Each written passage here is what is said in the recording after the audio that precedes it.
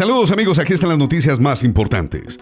En la fase final avanza el primer tramo de la avenida Los Colibríes en Pereira.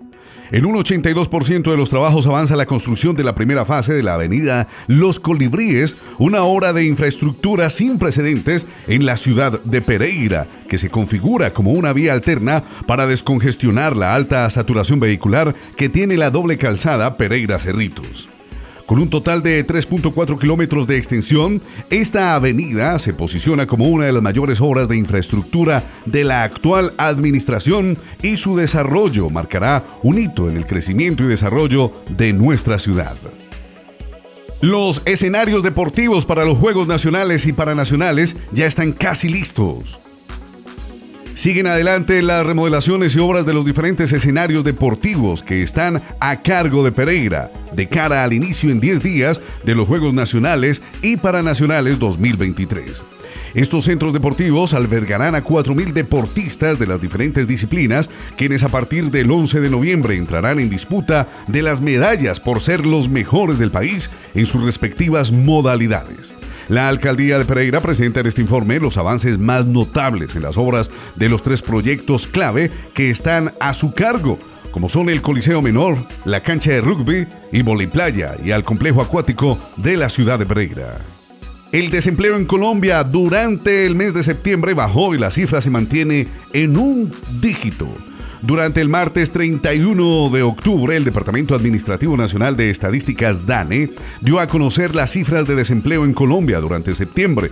De acuerdo con la entidad, durante ese mes, este indicador se ubicó en un 9,3%, una base teniendo en cuenta que en el mismo periodo del año anterior estuvo en el 10,7% en ese orden. También la cifra se puede entender en el sentido de que aún se mantiene en un solo dígito y con tendencia a seguir bajando. Según explicó el subdirector del DANE, Leonardo Trujillo, el país volvió a números cercanos a los registrados en 2018, resaltando de paso que hay un notable contraste entre los registros actuales con los obtenidos durante la pandemia del COVID-19, en la que el desempleo llegó en un tope del 22% con mayor impacto en las mujeres y las clases menos favorecidas. En ese sentido, otro dato considerable fue el repunte de la población ocupada, pues hubo un alza de 718,000 puestos laborales, lo cual representa el 58% de habitantes trabajando. Más noticias en Riascos. Ignoran a Gustavo Petro en la clasificación de figuras más influyentes de América Latina. La cara de Carlos Fernando Galán sí apareció. El mandatario de El Salvador, Nayib Bukele, compartió un ranking que presenta a personajes destacados de todos los países en un listado que él lidera y por el que sacó pecho.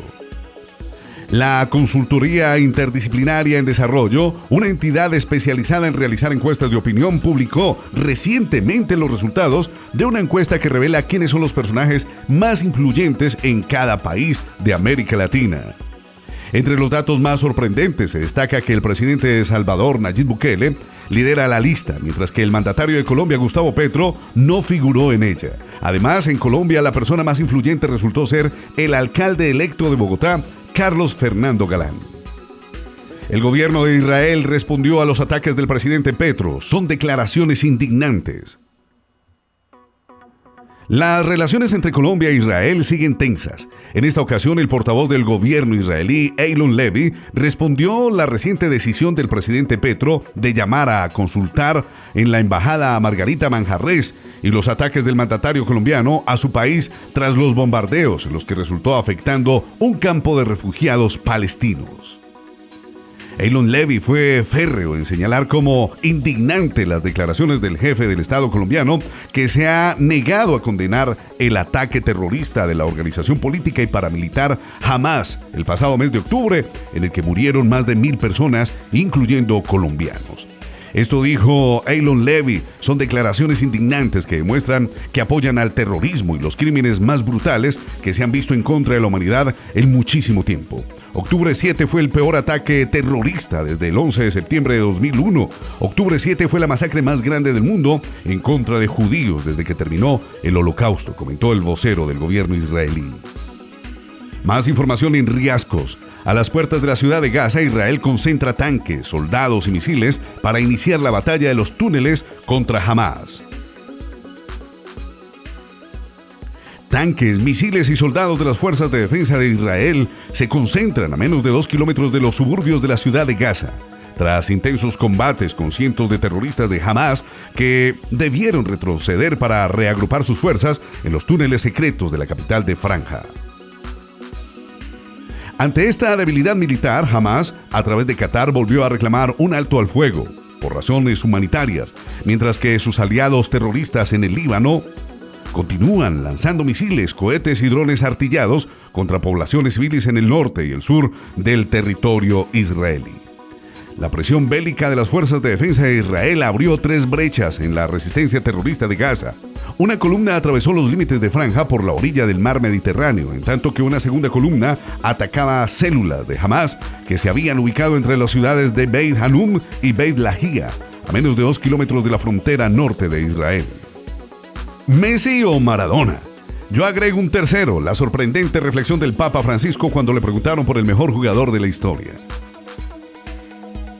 La premiación del 8º Balón de Oro de Lionel Messi en la ceremonia celebrada en París reflotó la alterna discusión sobre quién fue el mejor jugador de la historia de este deporte, con los nombres de Diego Maradona y Pelé en el centro de la discusión.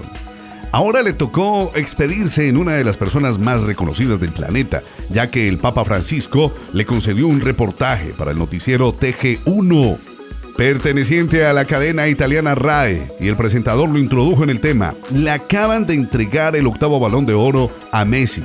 ¿Usted quién prefiere? ¿A Messi o a Maradona? Ante esta dicotomía, el sumo pontífice sorprendió al subir al astro brasileño a ese dilema. Yo agrego a un tercero, y ese tercero es Pelé. Noticias importantes en Riascos.